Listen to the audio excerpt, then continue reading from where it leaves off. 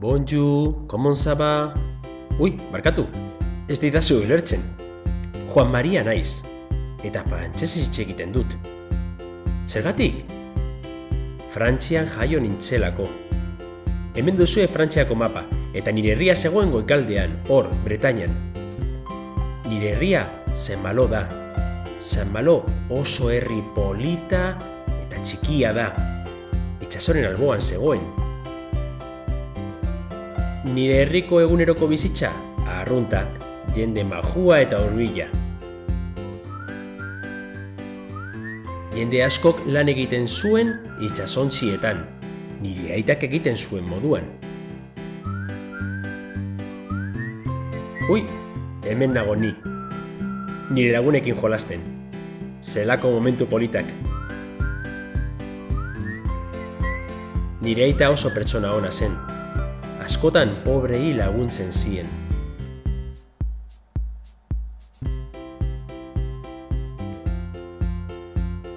Anai-arreba asko nituen.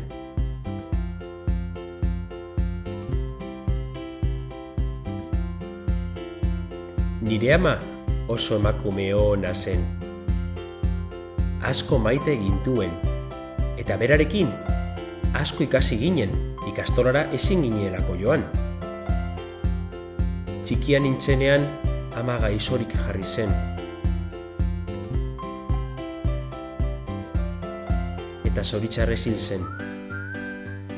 Hori bazen nire bizitzako unerik tristeena. Baina aurrera. Jarraitu nuen ikasten amaren eredua kontuan hartuta. Eta ikasteaz gain, noizean behin otoitz egiten nuen, jainkoarekin hitz egiteko.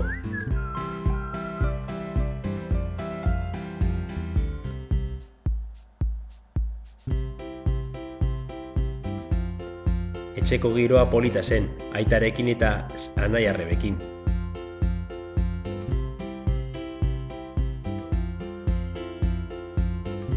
Ikasketak oso garrantzitsuak dira, hori dela eta jarraitu nuen ikasten.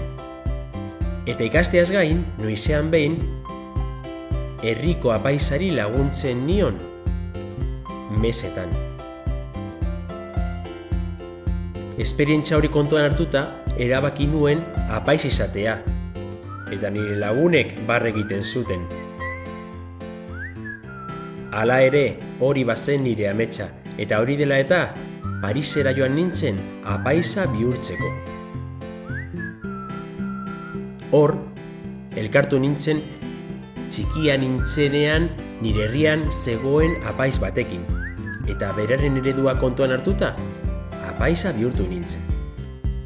Herri-zerri egon nintzen apaiza izaten, eta herrietan ume asko eta asko ikusi nituen eskolari gabe. Hori dela eta, erabaki nuen ikastetxe berriak sortzea, eta horretarako 3 lagunekin egon nintzen ikastetxe horik prestatzen. Horiek ziren lehenengo anaimenetarrak. Ikastetxeak sortu eta berehala, ume asko etorri ziren gurekin ikastera. Ikastetxe asko sortu genituen, eta ni ikastetxe joan nintzen umeak bizitatzen. Hemen nago, ikasle batzuekin. Zelako momentu politak.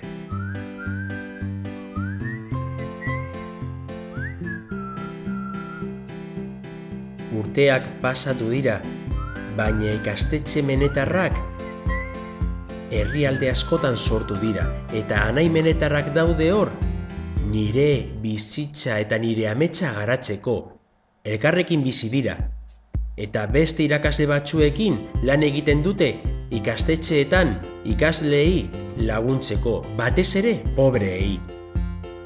Bolivian, Madrilen, Frantzian, Portugaleten, Bilbon, herrialde askotan gaude irakasten eta Jesusen eredua zabaltzen.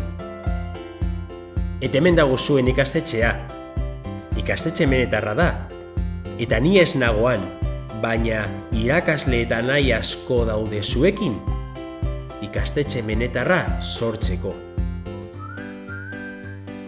Beno, joan behar dut. Orain gehiago ezagutzen nauzu, ezta?